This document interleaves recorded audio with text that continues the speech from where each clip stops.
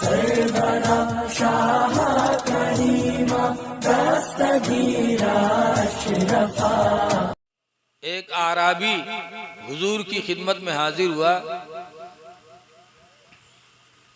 हुजूर ने ईमान की दावत दी। क्या ईमान ले आओ, अल्लाह एक है, मैं उसका रसूल हूँ। तो उस आराबी ने कहा आप रसूल हैं? कहा। तो उसने कहा अगर आप रसूल हैं ना, तो हमारी एक ही अकलौती लड़की थी, कोई औलाद नहीं थी, वो लड़की खत्म हो गई। आज 1 हफ्ता हुआ मेरी लड़की खत्म हो चुकी है। अगर आप अल्लाह के रसूल हैं तो मेरी लड़की को जिंदा कर दो तो हम ईमान ले आएंगे। इसलिए कि जो नबी होगा वो मोजिज़ा वाला होगा, और मुर्दे को जिंदा करना है मोजिज़ा ही है। हुजूर फरमाते हैं चलो। हुजूर उसके साथ गए। हुजूर उस आराबी के साथ उसकी लड़की के कब्र पे गए। हुजूर ने दुआ मांगी तो कब्र फटी और वो लड़की जिंदा होकर बाहर आई। सलाम किया, पूछा क्या या रसूल अल्लाह क़यामत आ गई? कहा नहीं अभी नहीं। क्या आने वाली है? कहा नहीं। कहा फिर सुना था क़यामत ही के दिन हम जिंदा किए जाएंगे, आज ही मुझे उठाया गया।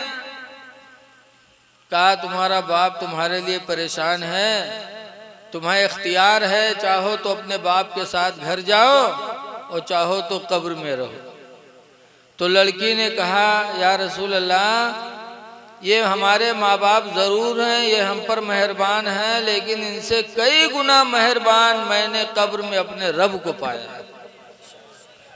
मेरा रब कई गुना मेहरबान है, इसलिए मैं कब्र ही में रहना चाहती हूँ। अल्लाह के रसूल ने इजाज़त दिया। वो लड़की कब्र में गई और कब्र मिल गई। पता चला अल्लाह ताला बहुत मेहरबान है बंदे पर। वो आराबी ईमान ले आए रसूलुल्लाह सल्लल्लाहु अलैहि वसल्लम पर। तो हम और आप कब्रों के पास जाएं, दुआएं करें, अल्लाह ताला मेहरबान है।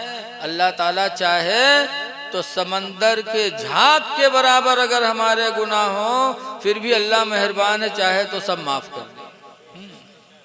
चाहे तो सब माफ कर दे, इसलिए कि वो गफूरुर रहीम है, बख्शने वाला भी है, रहम करने वाला भी है। इसलिए अपने माँ बाप की कब्रों पे भी जाया करो। हदीस पाक में ज़ोरुल कबूरा, कब्रों की जियारत किया करो। लिअन्नहा तुज़क्किरुल आखिरा, इसलिए कि कब्र की जियारत तुमको मौत को याद दिलाती रहेगी। कब्रों पे जाओगे तो मौत याद आएगी, और जब मौत याद आएगी तो गुनाहों से तुम बचोगे। इसलिए कब्रों पे जाना चाहिए।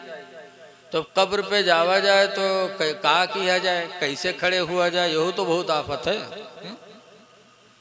कब्र पे जाओ तो ऐसे ठाड़ हो कि ऐसे ठाड़ हो, कि कोई मुंह बनाए के ठाड़ हो, ऐसे गुस्सा है कैसे ठाड़ हो। भाई कब्र पे जाओ। सरकार फरमाते कब्रों की जियारत करो।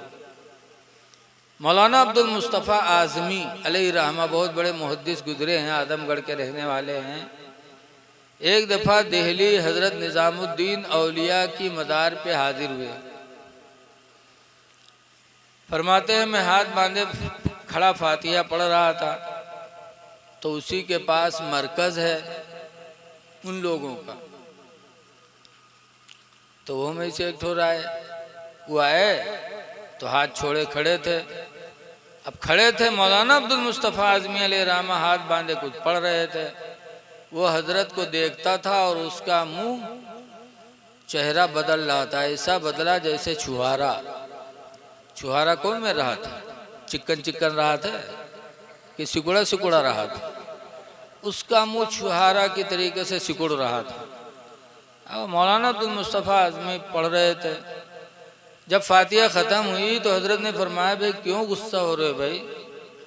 तो उसने कहा मौलाना शिर्क कर रहे हो और कहते हो गुस्सा क्यों कर रहे हो? खास क्या शिर्क किया मैंने? तो उसने कहा कब्र के सामने हाथ बांधे ऐसे खड़े हो जैसे नमाज में खड़ा हुआ जाता, तुमने शिर्क किया। एक बंदे के सामने हाथ बांध कर खड़े हो गए, नमाज की मुशाबिहत हो गई, शिर्क है। तो हजरत ने फरमाया तुमने भी तो शिर्क किया है, तुम हाथ खोले खड़े हो, तुमने भी तो शिर्क किया। तो कहा मैंने क्या शिर्क किया? तो हजरत ने फरमाया नमाज में भी तो हाथ छोड़कर खड़ा हुआ जाता है। तो उसने कहा नमाज में हाथ बांध कर खड़ा हुआ जाता कि छोड़कर खड़ा हुआ जाता? हजरत ने फरमाया हाथ बांध कर भी खड़ा हुआ जाता, हाथ छोड़कर भी खड़ा हुआ जाता। कहा हाथ कब छोड़ा जाता? तो हजरत फरमाते हैं कि कौमा में हाथ छोड़ा जाता है। अब वो कौमा ही नहीं जान पे इसकी का कहा था। तबलीग करे चलते हैं जनिए कुछ न, कहीं कौमा कौन चीज हो? कहा जब समी अल्लाहु लिमन हमीदा कह करके इंसान खड़ा होता है तो उस खड़े होने को कौमा कहते हैं। तो उस वक्त तुम्हारे हाथ छूटे रहते हैं कि बंधे रहते हैं? कौमा में नमाजी का हाथ छूटा रहता है। तो कहा तुमने भी नमाजी की तरह हाथ छोड़ के खड़ा हुआ, तुम भी शिर्क किए। तो कहा वाह मौलाना तब कैसे खड़ा हुआ जाए? तो हजरत ने फरमाया हाथ बांध कर खड़ा होना ये भी शिर्क, हाथ छोड़कर खड़ा होना ये भी शिर्क, ये भी नमाज के मुशाबिहत। तो कहा तब कैसे खड़ा हुआ जाए? तो हजरत ने फरमाया एक तरीका बचा है। कहा वो क्या? तो कहा एक हाथ तुम अपने सर पर रखो, एक हाथ कमर पर रखो, यही एक तरीका बचा है, और फिर कमर हिलाओ। तो गुस्सा हो गया, कहा मौलाना क्या बात कर रहे हो तुम? कहा भाई दो ही तरीका थे, हाथ छोड़कर खड़ा हुआ जाए या हाथ बांध कर खड़ा हुआ जाए। हाथ बांधने भी नमाज के मुशाबिहत, हाथ छोड़कर खड़ा होने भी नमाज के मुशाबिहत, और सब शिर्क आप बता रहे हो। तो तीसरा तरीका यही बचा है, एक हाथ सर पर रखो, एक हाथ कमर पर रखो, मटको ही तुम। गुस्सा हो गया। तो हर चीज को देखो शिर्क शिर्क शिर्क। अल्लाह ताला ऐसे लोगों से बचाए। देखो आज इसाले सवाब है हजरत मौलाना अताउल मुस्तफ़ा साहब की वालदा मरहुमा की, और मिलाद किसकी हो रही है? रसूल करीम की। क्यों हो रही है? निकाह हो रहा है किसी का, मिलाद हो रही है मेरे नबी की। घर बना है किसी और का, मिलाद हो रही मेरे नबी की। क्यों? आखिर मुसलमान हर मौके पर, चाहे खुशी का मौका हो चाहे गम का मौका हो, अपने नबी की मिलाद क्यों करता है? तो उसकी वजह यही है कि हमारे नबी उस दिन हम लोगों के काम आएंगे जिस दिन कोई किसी के काम नहीं आएगा। मुस्लिम शरीफ की हदीस में अन अबी हुरैरा क़ाल क़ाल रसूलुल्लाह, हजरत अबू हुरैरा कहते हैं कि अल्लाह के रसूल सल्लल्लाहु अलैहि वसल्लम ने इरशाद फरमाया अना सय्यिदुल दियादम यौमल क़यामा। सरकार फरमाते हैं मैं क़यामत के दिन आदम की औलादों का सरदार हूँगा। क़यामत के दिन जरा ऐसी कोई बात हुआ करे तो इतनी सुभान अल्लाह कह दिया करो। हिया न कहियो तो जो घरे रजई में यहाँ कहियो सुभान अल्लाह। जब मिलाद में न कहियो तो कहाँ कहियो तुम लोग? और कोई जगह है यार, मस्जिद या मिलाद? हुजूर फरमाते अना सय्यदुल दियादम, क़यामत के दिन आदम की औलादों का सरदार बनूंगा। वला फ़ख्री, और इसका मुझे कोई फ़ख्र नहीं है। बताओ अब यहाँ एक गांव के प्रधान हो जाते हैं तो क्या रुआब के ठिकाना नहीं? बोलो। और सरकार क़यामत के दिन सारे औलाद आदम के सरदार होंगे, और फरमाते वाला फ़ख्री, और मुझे कोई फ़ख्र नहीं। यहाँ एक मस्जिद के अगर मुतवल्ली हो जाते हैं, मस्जिद के मुतवल्ली, तो उन्हों के रुआब देखो।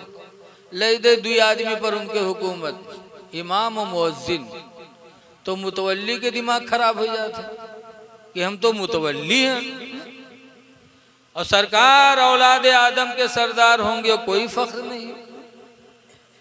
मदरसा के मुहतमिम का देखो, दो चार मुदर्रिस के मालिक हो गए तो उन्हों बौखलाने घूमत कि हम तो मुहतमिम हैं, हम तो प्रिंसिपल हैं।